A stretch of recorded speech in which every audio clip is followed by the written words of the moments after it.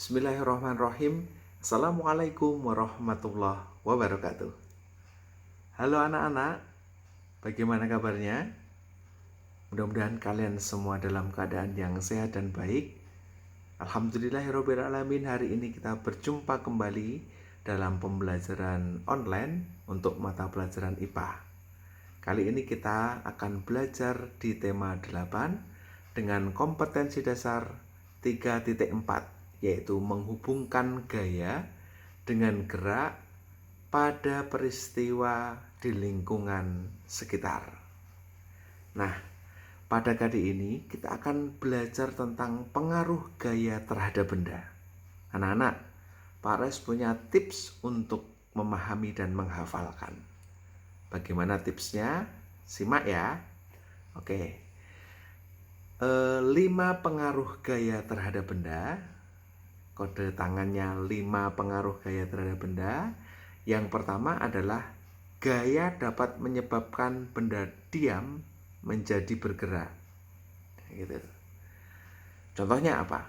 Contohnya dalam kehidupan sehari-hari, diam menjadi bergerak itu adalah ketika sebuah bola yang diam kita tendang. Nah, semula diam menjadi bergerak. Gitu. Kemudian yang kedua adalah sebaliknya. Gaya dapat mengubah benda bergerak menjadi diam. Bergerak menjadi diam. Apa contohnya? Contohnya adalah ketika kita sedang naik sepeda, kemudian kita mengerem ya, sampai berhenti. Ini kan menyebabkan benda bergerak menjadi diam. Gitu. Karena gaya apa? Ya gaya dari otot tangan kita yang ngerem dan juga gaya gesek. Seperti itu. Nah, kemudian yang ketiga, gaya dapat mengubah kecepatan benda. Yang ketiga, gaya dapat mengubah kecepatan benda. Gitu.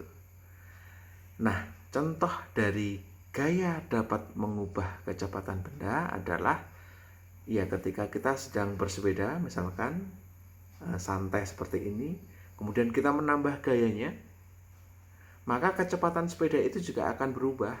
Nah, ini contoh dari gaya dapat mengubah kecepatan benda. Kemudian yang keempat adalah gaya dapat mengubah arah benda. Gaya dapat mengubah arah benda. Semula dari ke sini, kemudian ke sana. Nah, itu kodenya. Apa contohnya? Gaya dapat mengubah arah benda itu ketika misalkan Pares sebagai pemain sepak bola menendang, kemudian pemain lain menyundul bolanya pakai kepala. Nah, gitu. Maka bola tersebut akan berubah arahnya. Nah, gitu. Itu contoh dari gaya dapat mengubah arah benda. Kemudian yang kelima adalah gaya dapat mengubah bentuk benda. Contohnya sangat sederhana, ketika kita memiliki lembaran tisu yang seperti ini misalkan ya, bentuknya seperti ini. Pak Res memberikan gaya nih. Nah, ini bentuknya berubah kan? Ini contoh dari gaya dapat mengubah bentuk benda. Kode tangannya seperti ini. Yang kelima, gaya dapat mengubah bentuk benda. Begitu ya anak-anak. 5 gerakannya adalah 1. Gaya menyebabkan benda diam menjadi bergerak. 2. Gaya menyebabkan benda bergerak menjadi diam. 3. Gaya dapat mengubah kecepatan benda. 4. Gaya dapat mengubah arah benda. 5. Gaya dapat mengubah bentuk benda. Begitu anak-anak semuanya. Nah, kemudian saran dari Pak Roes adalah kalian silahkan mencari kegiatan dalam kehidupan sehari-hari, aktivitas kegiatan dalam kehidupan sehari-hari yang mencerminkan 5 hal tersebut. Begitu. Nah, pasti banyak sekali. Karena gaya itu sangat erat dalam kehidupan kita. Begitu anak-anak, pengantar dari Pak Roes, pesan Pak Roes, ikuti terus pembelajaran di LMS kita dari pembelajaran pertama sampai pembelajaran hari ini dan seterusnya. Kemudian kerjakan tugas-tugas yang diberikan oleh Bapak Ibu Guru semuanya. Tetap semangat, jaga kesehatan.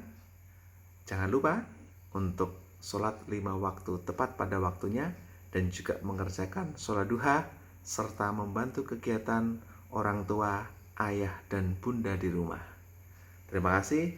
Para akhiri. Wassalamualaikum warahmatullahi wabarakatuh.